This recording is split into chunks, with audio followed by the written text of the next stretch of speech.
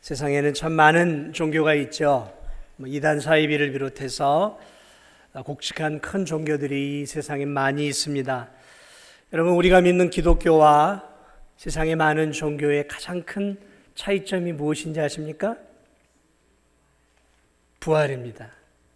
예수 그리스도의 부활입니다. 예수 그리스도께서 죽음을 이기고 우리 죄를 위해 죽으셨다가 사망의 권세를 깨뜨리시고 부활하신 부활. 부활주일이 되면 교회에서 이렇게 계란을 주죠. 이따가 나가실 때 아마 이제 계란도 같이 받으실 텐데, 그 계란 속에 있는 생명체가 병아리가 되면서 그 껍데기를 죽을 힘을 다해 깨고 나오죠. 죽을 힘을 깨고 나올 때 비로소 그 병아리에는 이제 새로운 생명이 되지 않습니까? 예수 그리스도의 부활을 기념하는 절기로 우리가 계란을 기독교에서 선택한 것은 아마도 이제 그런 이유가 있는 거죠. 새로운 생명으로 예수 그리스도께서 부활하신 그 부활을 기념하고 또 기억할 수 있도록 이제 이 계란을 주는 것이죠. 모든 세상의 종교의 창시자들은 다 죽었습니다. 세상의 모든 종교가 섬기는 그 대상도 다 죽었어요. 세상의 모든 기라성같이 사회를 뒤흔들었던 이단과 사이비의 교주들도 다 죽었어요. 또 죽어가고 있어요. 늙어서 죽어가고 있습니다.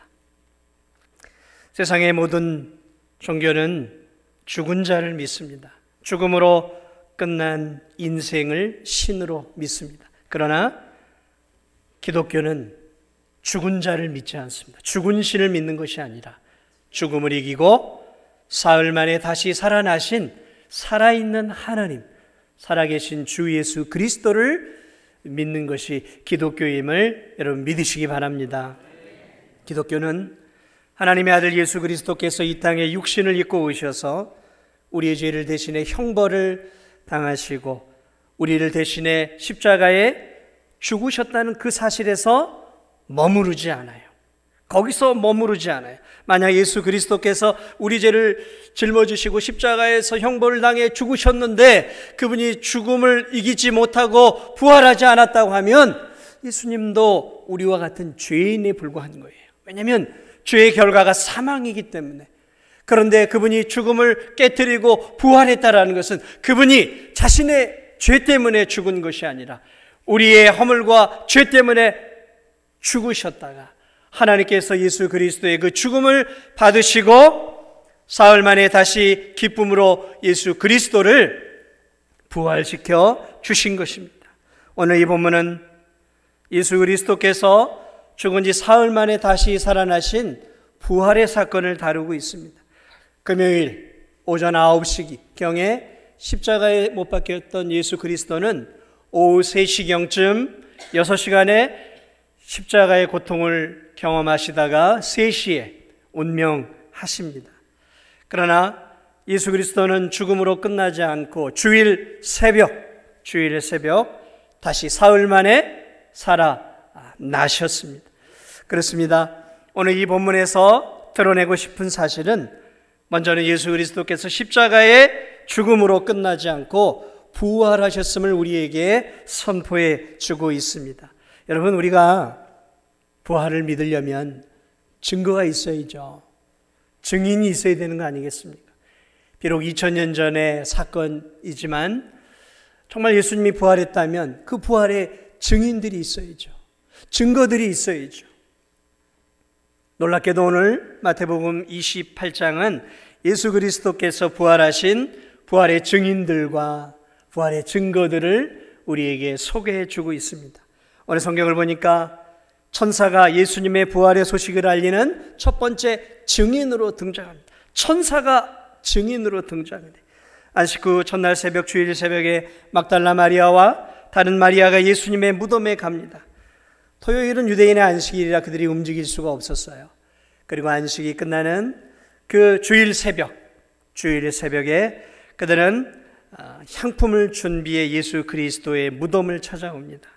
사랑하는 예수님이 죽었지만 그들은 그들의 장례의 관습에 따라서 사랑하는 예수님의 시신에 향품을 마지막으로 바르며 예수님에게 자신들의 마지막 사랑을 드리려고 이른 새벽 어둠을 뚫고 그들은 무덤으로 나와요. 그러나 무덤에는 아무도 없었어요. 무덤의 문은 열려 있었고 빛난 천사가 오늘 성경에 그들을 맞이하고 있는 것들을 볼 수 있습니다. 사랑하는 여러분, 오늘 이 거룩한 천사가 이 여인들, 예수 그리스도의 죽은 예수 그리스도를 만나 향품을 바르려고 왔던 이들을 향해 이렇게 얘기합니다. 5절 6절이에요. 천사가 여자들에게 이르되 너희는 무서워하지 말라. 십자가에 못 박히신 예수를 너희가 찾는 줄을 내가 아노라. 그가 여기 계시지 않고, 여기 무덤에 계시지 않고 그가 말씀하신 대로 살아나셨느니라. 살아나셨느니라. 거룩한 하늘의 영들인 천사들이 십자가에서 죽으신 예수 그리스도께서 살아나셨다라고 선포하고 있어요. 거룩한 천사들이 예수님이 살아나셨다라고 선포하고 있는 것이죠. 예수님의 이 부활하신 또 하나의 증거가 있어요. 그것은 예수님이 묻히셨던 그 무덤이 비어 있었어요. 천사는 자신의 그 고백이 사실임을 보여주기를 원했어요. 그래서 여인들에게 6절 후반절에 이렇게 얘기합니다. 와서 그가 누우셨던 곳을 보라라. 와서 너희들이 직접 예수 그리스도께서 묻혔던 무덤 안을 들여다 보라라는 거죠. 그 여인들은 들어가서 무덤 안을 살펴보았어요. 그런데 놀랍게도 그 무덤에는 예수 그리스도의 시신이 없었어요. 거기에는 예수 그리스도께서 여물하고 새로 입으셨던 세마포가 개켜 있었어요. 세마포가 개켜 있었어요. 누가 그걸 개켰을까요? 바로 예수 그리스도께서 죽음을 이기고 부활하신 이후에 부활의 놀라운 몸을 입으시고 죽을 때 입는 그 세마포를 벗으신 거예요. 누가복음 24장은 오늘 이 본문을 이렇게 설명합니다. 1절로 3절에 이렇게 얘기합니다. 안식 후 첫날 새벽에 이 여자들이 그 준비한 향품을 가지고 무덤에 가서 돌이 무덤에서 굴려 옮겨진 것을 보고 들어가서 주 예수의 시체가 들어가니 주 예수의 시체가 보이지 아니하더라. 향품을 가지고 빈 무덤에 들어갔어요. 그런데 거기에 예수 그리스도의 시체가 보이지 않았다라는 거죠. 천사들이 돌을 굴려 무덤문을 열어 놓았어요. 천사들이 무덤문을 열어 놓았어요. 이미 무덤은 비어 있었습니다. 여인들은 예수님이 장사된 무덤에 들어갔지만 그들이 본 것은 빈 무덤이었어요. 빈 무덤이었어요. 사실 천사가 무덤에 돌을 옮겼을 때 천사들도 비어 있는 무덤을 본 거예요. 여인들이 이후에 그리고 나중에 예수님의 11 제자들에게 예수님의 빈 무덤과 부활의 소식을 전하자 베드로와 요한이 다른 박질을 해서 정말인가 하고 무덤에 와서 무덤 안을 들여다봐요. 그리고 베드로와 요한도 빈 무덤을 발견하게 되어집니다. 빈 무덤이었어요. 그들이 본 것은 예수님이 죽을 때 입으셨던 세마포만 보았던 것이죠. 천사들도 여인들도 두 제자들도 모두 빈 무덤을 보았어요. 그리고 무덤을 지키던 군병들 또한 빈 무덤을 보았어요. 예수님의 시신은 어디로 간 것일까요? 누가 훔쳐간 것일까요? 여인들과 제자들은 시신이 없어진 무덤을 보고 놀라는 것을 볼 수 있습니다. 그러므로 그들이 예수님의 시신을 가져간 사람들은 아니에요. 가져갈 리가 없죠. 그렇다면 시신을 지키기 위해 대제사장의 군인들이 밤새도록 지킨 대제사장의 군인들이 시신을 훔쳐갔을까요? 그 시신이 없어지면 자신들의 목이 떨어지는 거예요. 그러니까 그들은 죽을 힘을 다해서 밤을 새워 교대로 예수님의 시신을 지켰어요. 훔쳐간다라는 것은 말이 안 되는 것이죠. 대제사장의 군인들이 가져가는 것은 말이 안 돼요. 그러면 로마 군인들이 가져갔을까요? 왜요? 왜 로마 군인들이 가져갑니까? 그들은 대제사장의 군인들과 한 통속이에요. 하나예요. 정치적인 견해가 하나였단 말이죠. 예수님을 죽이는 일에 있어서 그들은 하나가 되었어요. 그런데 그들이 예수의 시신을 훔쳐갈 이유가 없습니다.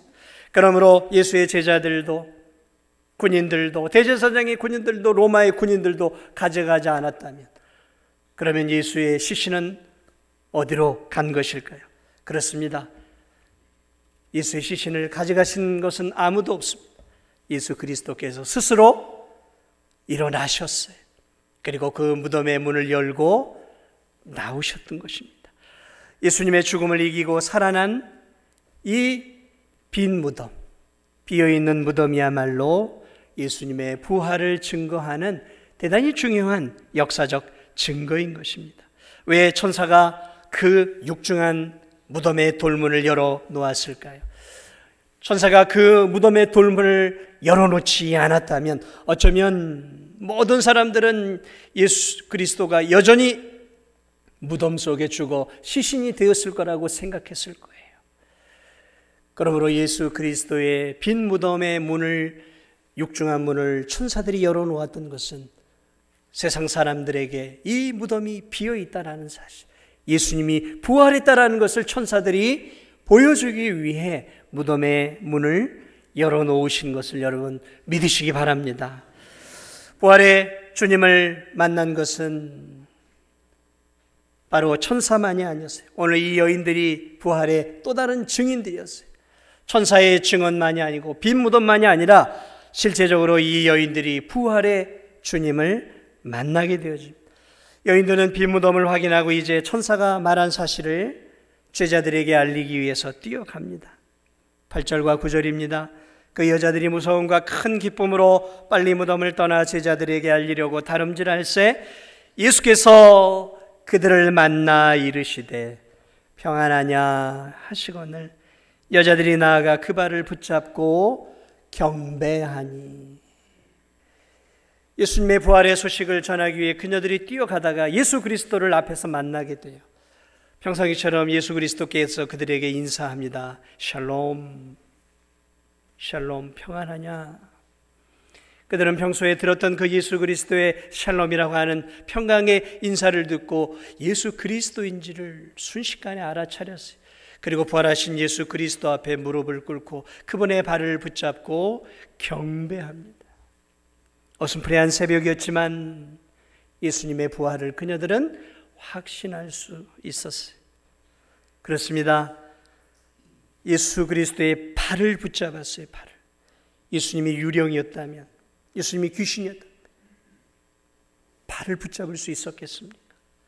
세상 사람들은 예수님은 부활하지 않았다, 너희들이 본 것은 어떤 그런 유령과 같은 것이 아니었느냐. 그러나 오늘 성경은 분명하게 얘기합니다. 예수 그리스도의 발을 붙잡고 경배했어요. 예수님은 헛개비로 부활하신 것이 아니에요. 다시 그분이 죽으셨던 그 십자가에 못 박힌 손과 뚫린 옆구리를 갖고 있는 그 육체 그대로 예수 그리스도께서는 부활하셨음을 믿으시기 바랍니다. 이 여인들만 예수 그리스도를 본 것이 아니었어요. 그 후에 엠마오로 가는 두 제자에게 예수 그리스도께서 나타나십니다. 그리고 제자들이 모여있는 곳에 예수님이 두 번이나 나타나요. 그런데 첫 번째 나타날 때 도마가 없었어요. 두 번째 나타날 때 예수님이 도마에게 말합니다. 도마야, 네가 나를 못 믿느냐? 나의 이 구멍 뚫린 손과 이 옆구리를 보고 믿음 없는 자가 되지 말아라 하시면서 도마에게 예수 그리스도가 부활하신 자신의 이 구멍 뚫린 손과 옆구리를 보여주세요. 그래, 이 도마가 자신의 부끄러움을 회개하고 나의 주, 나의 하나님이십니다라고 부활하신 주님 앞에 고백하고 있는 것을 우리는 성경을 통해 볼 수 있습니다. 그렇습니다. 예수 그리스도의 부활을 본 것은 한두 사람이 아니었어요. 한두 명이었으면 속일 수 있다라고 할 수 있겠죠. 그리고 예수 그리스도는 저 갈릴리 호수에서 고기를 잡는 제자들을 향해 또 나아오셔서 그들을 만나시고 그들을 향해서 잡은 물고기를 가지고 맛있게 생선을 구워서 주셔요. 그리고 오늘 본문 11절에서 예수님이 마지막으로 이 갈릴리 산에서 그들과 자주 만나며 성도들에게, 사람들에게 복음을 전했던 갈릴리 산에서 예수 그리스도께서 마지막으로 제자들을 만나요. 그리고 이 산에서 제자들에게 우리가 알고 있는 지상명령을 내려주십니다. 지상명령이란 가장 위대한 명령이라는 거예요. 고린도전서 15장 3절에서 6절에서는 이렇게 얘기합니다. 이는 성경대로 그리스도께서 우리 죄를 위해 죽으시고 장사 지낸 바 되었다가 성경대로 사흘 만에 다시 살아나사 게바는 베드로에 게바에게 보이시고 후에 12 제자에게와 그 후에 500의 형제에게 일시에 보이셨으니. 몇 명이요? 500여 형제에게 일시에 보이셨어요. 어디에서 예수님이 500의 형제에게 보이셨을까? 저는 바로 이 마지막 갈릴리 산이라고 봐요. 여기서 수많은 제자들을 만나고 세워주었던 그 갈릴리 그 산, 예수님과 먹고 마시며 많은 사람들과 교제했던 그 산에서 500여 형제들이 예수 그리스도의 마지막 부활의 모습, 승천의 모습을 바라봅니다. 그리고 거기서 예수 그리스도께서 이들을 향해 마지막 지상 명령을 주셔요. 그 지상 명령이 우리가 알고 있는 오늘 이 본문의 마지막 내용들입니다. 사랑하는 여러분, 예수님은 자신의 부활을 너무도 많은 사람들에게 보여주었어요. 12 제자, 여인들, 엠마오로 가는 2 제자, 그리고 500여 형제, 그리고 천사들의 증언, 빈 무덤. 예수님의 부활은 거짓말하지 못하는 하늘의 거룩한 천사들조차도 증언하고 있는 거예요. 그리고 빈 무덤이라는 증거와 한두 명이 아닌 500여 명이 넘는 사람들이 예수 그리스도의 살아계신 부활을 목격했다라는 것입니다. 그렇습니다. 죄 없으신 예수 그리스도께서 우리 죄를 대신해 십자가에 죽으셨어요. 그러나 예수님은 죽음에 머물러 있을 수 없었습니다. 왜냐하면 죽음에 머물러 있었다면 예수님은 자신의 죄로 죽은 거예요. 그러므로 예수님은 결코 살아날 수가 없어요. 그러나 그분이 우리의 죄를 위해 죽으신 사실이 그분의 부활을 통해 드러났어요. 그분이 의로우신 분이라는 것이 드러났다라는 것이죠. 하나님은 우리를 위해 죽으신 예수님의 보배 피를 받으셨어요. 이제 죄 없이 죽으신 예수 그리스도를 이제 그 십자가의 보배 피를 받았고 우리의 죄가 완성이 되었기에 이제 의로우신 예수 그리스도를 다시 죽음에서 살려내셔 부활시키심으로 예수 그리스도는 이제 부활의 첫 열매가 되었어요. 그러므로 이제 예수 그리스도를 나의 주 나의 하나님으로 믿는 자들은 예수 그리스도가 죽었다가 다시 살아나셨던 것처럼 바로 예수님을 믿는 자들도 이 땅에서 죽어도 예수님이 부활의 첫 열매가 되셨던 것처럼 다시 저 영원한 천국에서 앞으로 예수님의 재림 때 우리의 영육이 온전하게 부활할 것을 여러분 믿으시기 바랍니다. 그렇습니다. 부활하신 예수님이 살아나셔서 저 갈릴리 산에서 마지막 승천하시기 전에 이제 제자들에게 마지막 유언을 남겨요. 유언입니다. 유언이기도 하고 위대한 명령을 우리에게 남겨줍니다. 그게 오늘 18절에서 20절이에요. 예수님이 마지막으로 하신 말씀이에요. 하늘과 땅의 모든 권세를 내게 주셨으니 그러므로 너희는 가서 모든 민족을 제자로 삼아 아버지와 아들과 성령의 이름으로 세례를 베풀고 내가 너희에게 분부한 모든 것을 가르쳐 지키게 하라. 볼지어다 세상 끝날까지 내가 너희와 항상 함께 있으리라. 십자가에서 죽으시고 부활하신 예수님을 믿는 제자들에게 이제 예수님이 마지막 주신 말씀은 부활의 증인이 되라고 말씀하고 있는 거예요. 너희들이 나의 부활을 보았기에 너희들은 이제 부활의 증인이다. 나의 부활의 증인이다. 그러므로 부활의 증인으로서 이제 남은 삶은 나의 부활을 증거하는 나의 제자로 살아가라라고 명령하고 있는 것입니다. 사랑하는 여러분, 예수님의 제자들에게 이렇게 얘기했어요. 가라, 가라. 그래서 가라. 예루살렘에 머물러 있지 말고 이제 가라라는 거예요. 어디로요? 예루살렘과 온 유대와 사마리아와 땅끝까지 가라라는 거예요. 이제 예수 그리스도를 믿는 그 삶에서 이제 너희들만 믿는 것에서 머무르지 말고 이제 가라라는 거예요. 너희의 동네로 가라라는 거예요. 이 제자들이 살았던 동네로 가라라는 거예요. 그리고 그 동네에서 한 걸음 더 나아가서 저 섞여 있는 민족이 섞여버린 저 사마리아에게도 가라라는 거예요. 그리고 거기에서 넘어서 시리아, 이집트, 요르단, 저 넘어 지금의 튀르키예, 그리고 저 유럽까지 가라라는 거예요. 가라라는 거예요. 가서 이제 부활의 주님을 증거하라라는 것이죠. 증거하라는 것이죠. 지역을 넘어 증거하라는 거예요. 그렇습니다. 구원의 복음은 예루살렘에 머물러 있었어요. 십자가의 복음, 하나님의 복음은 이스라엘이라고 하는 국한된 지역에 머물러 있었어요.